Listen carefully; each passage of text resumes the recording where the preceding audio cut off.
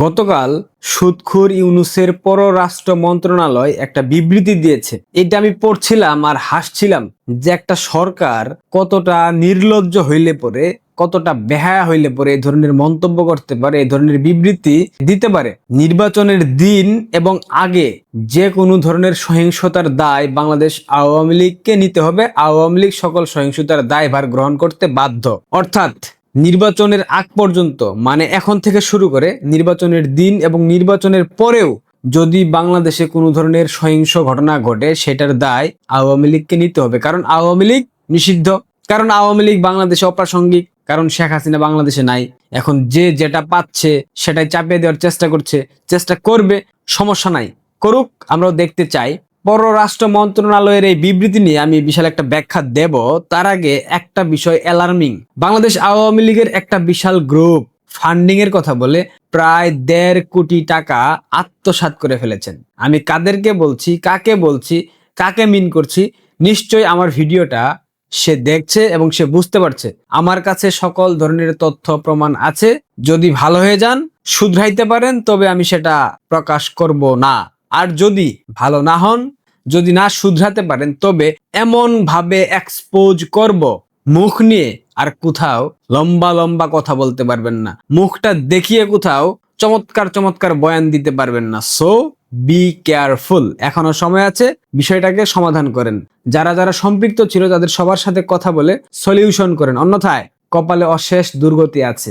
যে প্রসঙ্গে ছিলাম, পররাষ্ট্র মন্ত্রণালয়, সুদখোর ইউনূসের পররাষ্ট্র মন্ত্রণালয়ের যে বিবৃতি, নির্বাচনের সকল ধরনের সহিংসতা আগে এবং পরে সবকিছুর দায় বাংলাদেশ আওয়ামী লীগকে নিতে হবে। একথা শোনার পর বাংলাদেশ জাতীয়তাবাদী দল বিএনপি যদি ভেবে থাকে যে এটা তো অনেক ভালো কথা বলেছে, এটা তো অনেক ভালো একটা সিদ্ধান্ত, আওয়ামী লীগের উপর সকল ধরনের দায় চাপানো যাবে, যদি এমনটা ভেবে থাকে বিএনপি, তবে বোকা বিএনপি ভাবতে পারছে না তাদের উপর দিয়ে কি ধরনের নির্যাতন জামাত এই বিবৃতির মধ্য দিয়ে চালাবে। কিভাবে চালাবে আপনাদের অনেকের মনে প্রশ্ন জাগতে পারে, এটা আমি ক্লিয়ার করে দিচ্ছি।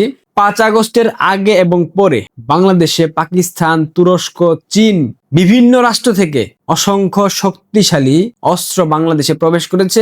এখানে AK-47 এর মতো মরণঘাতী অস্ত্র আছে এবং প্রত্যেকটা অস্ত্র বাংলাদেশের বিভিন্ন মাদ্রাসাগুলোতে সংরক্ষিত রাখা আছে।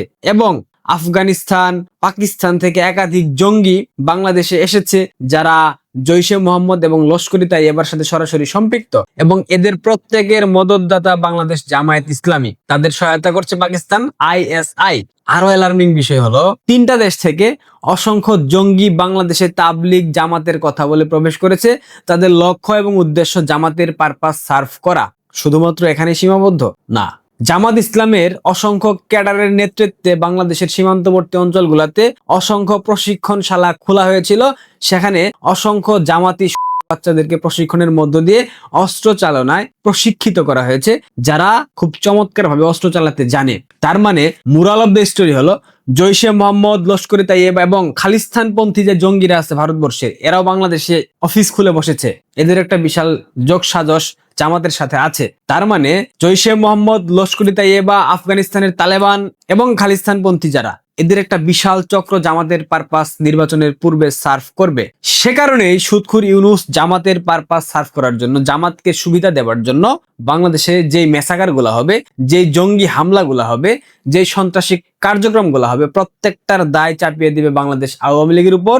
যার কারণেই পররাষ্ট্র মন্ত্রণালয় থেকে একটা স্টেটমেন্ট দেয়া হয়েছে, নির্বাচনের আগে এবং পরে যে ধরনের সহিংসতা বাংলাদেশে হবে, যাই হোক না কেন, জঙ্গি হামলা হোক বা যাই হোক, প্রত্যেকটার দায় বাংলাদেশ আওয়ামী লীগকে নিতে হবে। অর্থাৎ আওয়ামী লীগ থাক না থাক, সবকিছুর দায় তাদেরকে নিতে হবে। বিএনপি কি বুঝতে পারছে না কি হচ্ছে? খাম্বা ভাইয়া তো নির্বাচনী প্রচারণা নিয়ে ব্যাপক ব্যস্ত, কিন্তু পর্দার অন্তরালে যে কতগুলা ঘটনা ঘটছে, বিএনপির অ্যাক্টিভিস্ট কিংবা বিএনপির হাইকমান্ডের নেতাকর্মী, তারা কি বুঝতে পারছেন? আপনাদেরকে খেল দেবার জন্য সকল ধরনের আয়োজন সম্পন্ন করে ফেলেছে জামাত ইসলাম, এবং তাদেরকে সর্বোচ্চ সহায়তা করছে তুর্কি এবং মধ্যপ্রাচ্যের একটা অংশ এবং আফগানিস্তান এবং পাকিস্তান।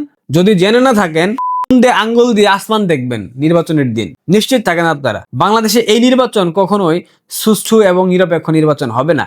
এই নির্বাচনে কারচুপি হবে এবং সেটার প্রমাণ ইতিমধ্যে বিএনপি বিভিন্ন ক্ষেত্রে পেয়ে গেছে। অনেকেই বলে থাকেন ডাকসু, জাকসু, রাকসুতে যেই নির্বাচনী ফলাফল প্রকাশিত হয়েছে, অর্থাৎ ছাত্রদল জামাত শিবিরের কাছে টিকতেই পারেনি, এমন ঘটনা বাংলাদেশের জাতীয় নির্বাচনে হবে, আপনারা নিশ্চিত থাকেন। যদি নির্বাচন হয় এবং যদি বাংলাদেশ আওয়ামী লীগ নির্বাচনে অংশ নিতে না পারে, তবে নিঃসন্দেহে ভোট কারচুপি হবে এবং এই কারচুপির মধ্য দিয়ে জামাত বাংলাদেশের ক্ষমতায় আসবে, এইটা মোটামুটি নিশ্চিতভাবে বলে দেওয়া যায়। বিএনপির ভাইয়েরা অনেক খুশি হয়েছে যে নির্বাচনের আগে যত সহিংসতা হবে, সব ধরনের সহিংসতা যেহেতু আওয়ামী লীগকে দায়ী করা হবে, সেক্ষেত্রে তাদের উপর কোনো দায় আসবে না। আপনাদের কোনো সক্ষমতা আছে? বিএনপির ভাইদেরকে বলছি, জামাতের সাথে টিকতে পারবেন? কয়টা অস্ত্র আছে আপনাদের? প্রশিক্ষিত ক্যাডার আছে আপনাদের?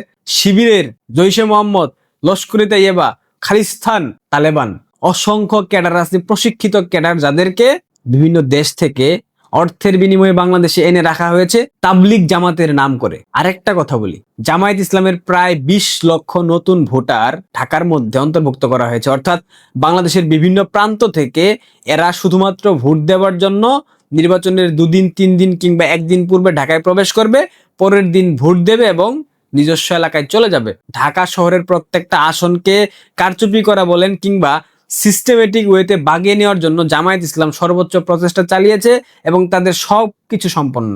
আগামী নির্বাচন আওয়ামী লীগের জন্য কোনো কিছু না। আওয়ামী লীগ ছাড়া নির্বাচন হলে সে নির্বাচন 6 মাস, 1 বছর কিংবা 2 বছর, এর থেকে বেশি টিকবে না, সেই সরকার টিকে থাকতে পারবে না। সুতরাং আওয়ামী লীগের মাথা ব্যথার কোনো কারণ নেই বললেই চলে। কিন্তু বিএনপি একটু মন দিয়ে চিন্তা করেন, একটু ভাবেন, যদি জামাত ক্ষমতায় আসে, আপনারা প্রধান বিরোধী দল হন, আওয়ামী লীগের অনুপস্থিতিতে জামাত আপনাদেরকে সকাল বিকাল এটা নিশ্চিত। এবং নির্বাচনের পর থেকে বিএনপির উপর যেই নির্যাতন নিপীড়ন চলে আসবে, স্বপ্নেও ভাবতে পারবেন না। যদিও এখন আপনারা নাটক করতেছেন, জামাত আর বিএনপির একটা সাংঘর্ষিক সম্পর্ক আমরা দেখতে পাচ্ছি, এটা আওয়ামী লীগ উপস্থিত থাকলে আমরা দেখতে পাইতাম না।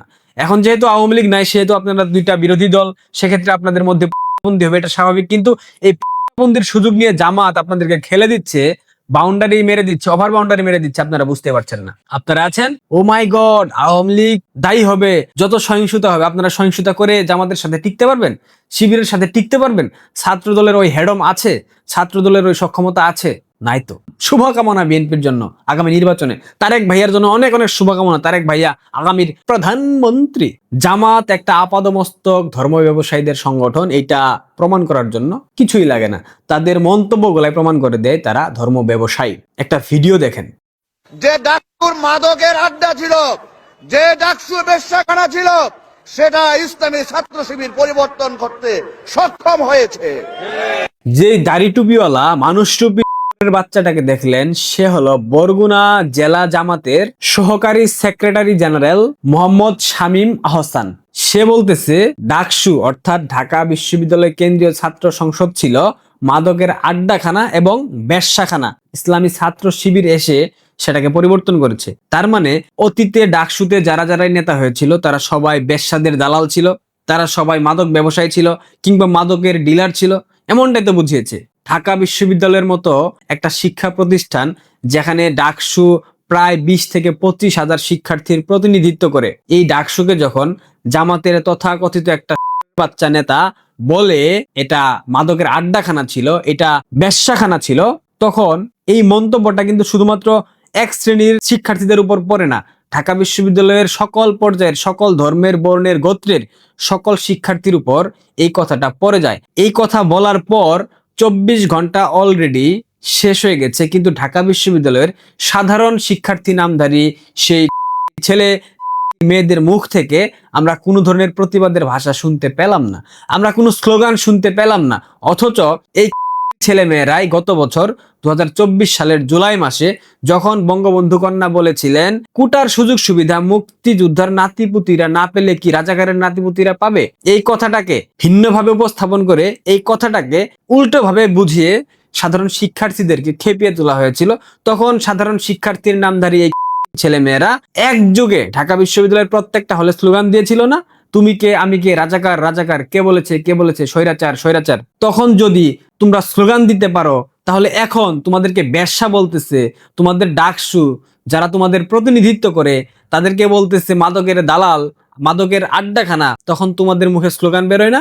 তখন তোমরা বলতে পারতেছো না কেন তুমি কে আমি কে, বেশ্যা বেশ্যা, জামাতের থেকে নেব আমরা হিস্সা হিস্সা, বলতে পারো না? স্লোগান দাও, আমরা একটু শুনি। সবকিছু শুধু আওয়ামী লীগের বেলায় তোমাদের দাঁড়িয়ে যায়। তার মানে কি আমরা বুঝে নেব, আমরা ধরে নেব জামায়াত ইসলামের একটা তথাকথিত নেতা এত বড় একটা মন্তব্য করার পরেও যেহেতু ঢাকা বিশ্ববিদ্যালয়ের শিক্ষার্থীরা কোনো প্রকার প্রতিবাদ অভিযোগ করছে না, তার মানে ঢাকা বিশ্ববিদ্যালয়ের নারী শিক্ষার্থীরা সবাই জামাতের ছাত্রী সংস্থার দাস নাকি সব বেশ্যা, কিছু একটা তো হবে। যদি প্রতিবাদ না হয়, যদি প্রতিরোধ না হয়, সেক্ষেত্রে আমরা বুঝে নিতে বাধ্য হবো তোমরা একটা বেশ্যা, এটাই তো, তাই না? বুঝে নিতে হবে। সরি ফর মাই ল্যাঙ্গুয়েজ, আমি খারাপ ভাষা ব্যবহার করতেছি, কারণ এদের মতো যে এদের কারণে বাংলাদেশটা ধ্বংসের মুখে চলে গেছে, পাকিস্তানি বিজারা আবার দখল করে ফেলেছে।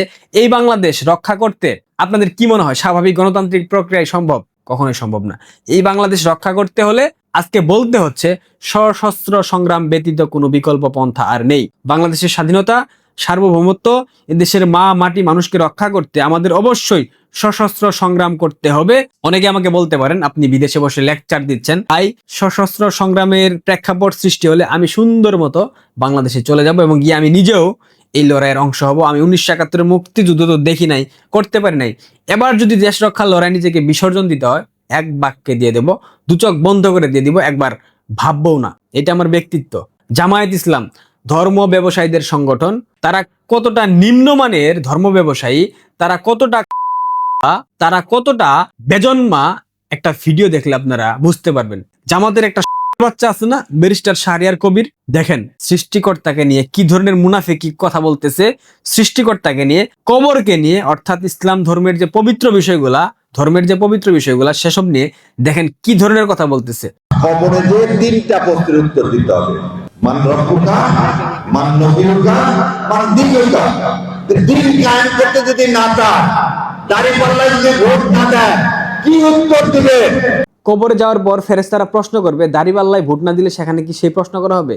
ও যেভাবে বুঝালো, মানে কবরে গিয়ে মুসলিমরা ঠেকে যাবে যদি না দাড়িপাল্লায় ভোট দেওয়া হয়।